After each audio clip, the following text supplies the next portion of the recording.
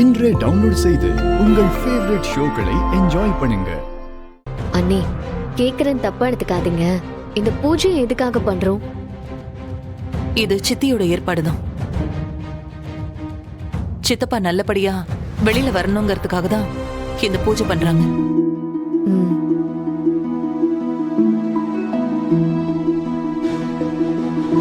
ஐயரே, இந்த பூஜையில அவங்க 2 பேரோட சேர்ந்து இவங்களும் கலந்துப்பாங்க.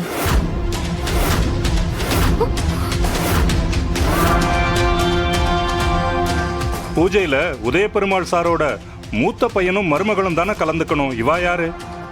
இவங்களும் இந்த குடும்பத்தை சேர்ந்தவங்க.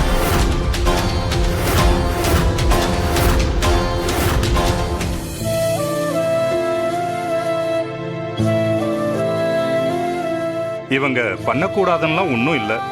தாராளமா பூஜையில வந்து உட்கார சொல்லுங்க. சரி அண்ணி, எதுக்கு இப்போ அவங்களையும் எங்க கூட பூஜையில கலந்துக்க சொல்றீங்க? ஏன் எங்களை அசிங்கப்படுத்தணும்னே இப்படி எல்லாம் பண்றீங்களா? இப்ப பேசுறது யாரு? இந்த வீட்டு மருமக ரித்திகாவா இல்ல அந்த மோனிகா சேனலோட எம்டியா?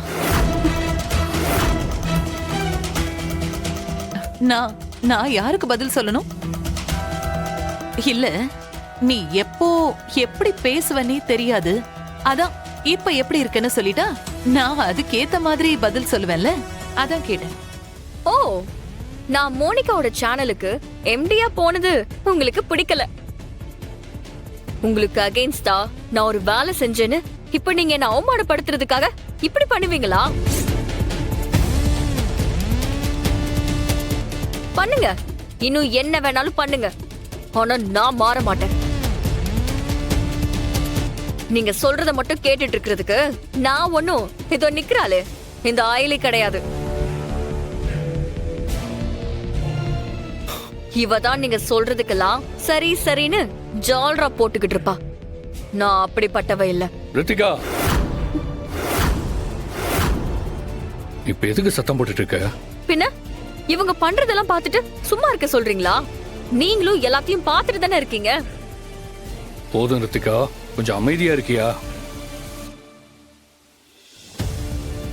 கபிலா, உனக்கு என் மேல நம்பிக்கை இருக்குல்ல?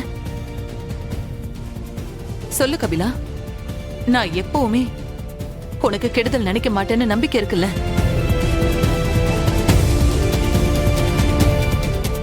நான் உனக்கு நல்லது மட்டும்தான் நினைப்பேன்னு நீ நம்புறல்ல? நான் நம்புறேன்க்கா. இல்ல, எனக்கு ஒரு விஷயம் புரியல. எங்களுக்கு தான் இப்படி பண்ணா பிடிக்காதுன்னு உங்களுக்கு தெரியும்ல, அப்புறமும் ஏன் இத பண்றீங்க? அப்படி எங்களை கஷ்டப்படுத்தி இவங்கள பூஜையில கலந்துக்க சொல்றதுக்கு என்ன அவசியம் இருக்கு? பூஜைக்கு டைம் ஆயிடுச்சு. நீங்க 2 பேரும் போய் ரெடி ஆயிட்டு வாங்க.